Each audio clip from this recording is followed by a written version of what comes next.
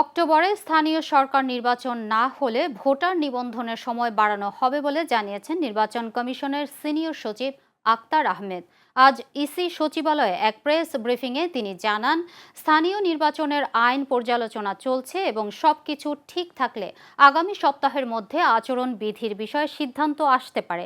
এরই মধ্যে ভোট কেন্দ্র প্রস্তুত করা এবং ভোট গ্রহণ কর্মকর্তাদের প্রশিক্ষণের কাজ এগিয়ে চলছে। ইসি সচিব জানান, কমিশনের নিবন্ধিত ৫৯টি রাজনৈতিক দলের মধ্যে ৩৮টি দল বার্ষিক আয় ব্যয়ের হিসাব জমা দিয়েছে, ১৩টি দল সময় বাড়ানোর আবেদন করেছে, আর ৮টি দল এখনো হিসাব জমা দেয়নি।